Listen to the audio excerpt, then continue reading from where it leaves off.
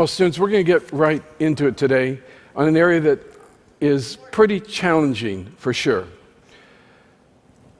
I'll begin just before I do that, I should mention that today I am definitely indebted to two books that have been an influence on my thought, and I thought they would be important for you to kind of recognize them before we begin. And one is called Why People Matter, that is edited by John Kilner, Dr. John Kilner, who is really addressing how this concept of the image of God interacts with unbiblical worldviews and what does that mean. He also is author of a book called Dignity and Destiny, and you will see definitely the influence of both those books on my presentation today, and so he wanted to make sure and do honor appropriately there. Well, students, today my heart really is broken, and that's where I want to begin. I'm broken today as I watch a nation, our nation, and our world deny the fundamental dignity of humanity. Now, I recognize this is not a new problem. I'm not naive. We're not naive. We recognize this really reaches back to the roots in Genesis 3 in the fall. But nevertheless, all around us, we see the cascading consequences of a changing worldview. We've either forgotten the foundational principle or we just have chosen not to live it out. And that is that all people, at all times, everywhere, have dignity. Can I say that again? That all people, at all times, everywhere, have dignity. I'd like you to say that with me because that is the heart of our message, of my presentation today. Would you say it with me? All people, at all times, everywhere, have dignity. But I'd like to have you walk with me just for a moment through the pages of our news recently where this does not seem to be the case. I mean, we could talk about the resurgence of white nationalist movements within our nation and the world. Our nation watched as several hundred white supremacists, nationalists, neo-Nazis, and Klansmen marched chanting, "White lives matter. You will not replace us. The Jews will not replace us." Poland saw 60,000 people march in defense of nationalism. Each march, every movement, denying the fundamental dignity and value of African Americans and Jews. We could talk about human trafficking. My goodness, over 20 million people are victims of human trafficking around the world. Now, the United Nations reports that 79% is sex trafficking. The majority, somewhere in the 90s, is comprised of women and girls forced into sexual slavery. And students, this is not just foreign countries around the world, but it's here in the U.S. and in Texas as well. You may be surprised to know that Texas is second in the nation in regards to sex trafficking, with only California in front of us. Just in October 2017, right here in our DFW area, a sex ring was discovered that were enslaving 7 women that was busted in Fort Worth. Women, girls, men, boys, treated as a commodity, exploited for selfish pleasure.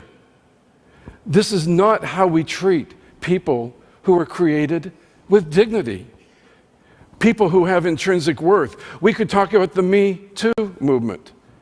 Over 17 million women reported some type of sexual abuse since 1998. Listen to that, 17 million. Now, I know and I recognize that there's a huge debate that exists on the accuracy of all the claims.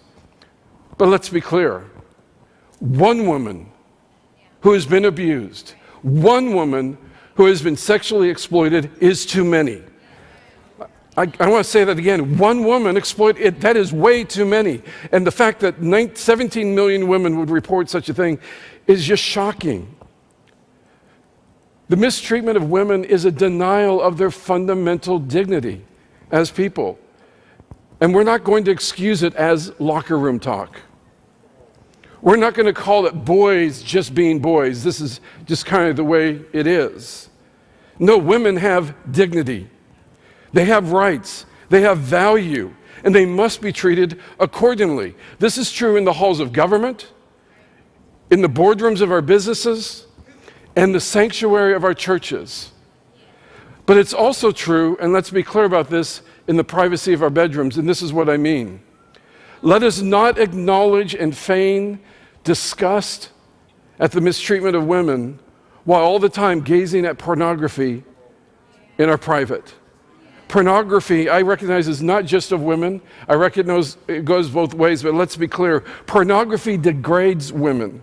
It makes them into mere objects and robs them of value, and it goes against the fundamental idea that all people, everywhere, have dignity. We could talk about eugenics in Iceland, and I recognize this is not easy stuff. I mean, we got right into it right away this morning. Last year in Iceland made news for the virtual elimination of Down syndrome children. Well, how was this accomplished? Through prenatal testing and abortion. Around 80% of the women who discover their baby has Down syndrome will abort the baby in Iceland. 80%. But Iceland is not the only one. You see, you reckon in France, 77% do the same thing. In the United States, 68% do the same thing, and 98% will abort Down syndrome children in Denmark. You see, the reality is this, that we have determined that people with Down syndrome do not have a life worth living. And it's defended by our worldview that has redefined personhood and quality of life. It grants human dignity only to those who we deem have value. That is an undermining of the biblical worldview. Now, we could also talk about abortion and sex-selective abortions.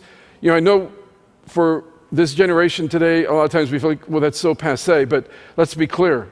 There are still 40 to 50 million abortions around the world. 40 to 50 million a year around the world. And in some countries, sex-selective abortion is still an issue. You go, well, what is that? That's where families have decided that they prefer a boy over a girl. And it never goes the other way. You see, the issue is this, that a baby girl is just not wanted in some of these countries or granted the same dignity as a boy. So what's the answer? You abort her. And you know, let's just try again till we get the boy that we want.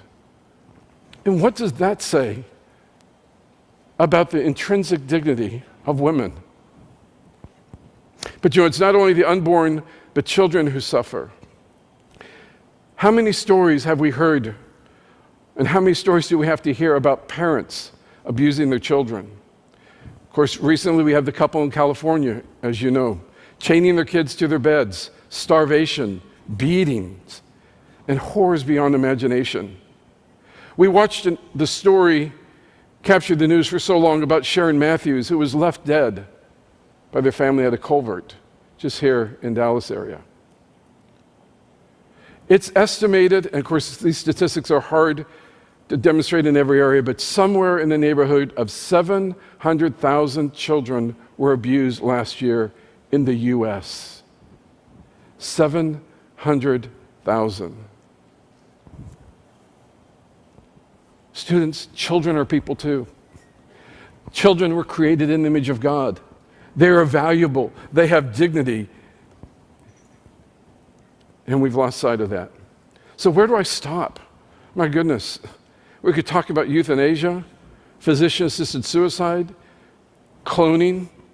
We could add to the mix genocide. We heard about that recently. What about the use of torture techniques, religious persecution around the world? We could discuss poverty and politics and refugees. And do I even dare add the fact that the 20th century has been called the most bloodiest century of all times because of our modern war techniques? Students, all around us, what we see is a world struggling to find a reason for dignity in people. Now, what has led to this demise? I think you recognize that I would not even be intellectually honest if I tried to suggest there's just one answer. It is just far too complicated for that, and I recognize that. But what is certain is that the decline of a biblical worldview is part of the problem. It has crumbled the very foundation on which human dignity stands. Let me say that again. A biblical worldview is going to provide a very foundation from which we find human dignity and value. Every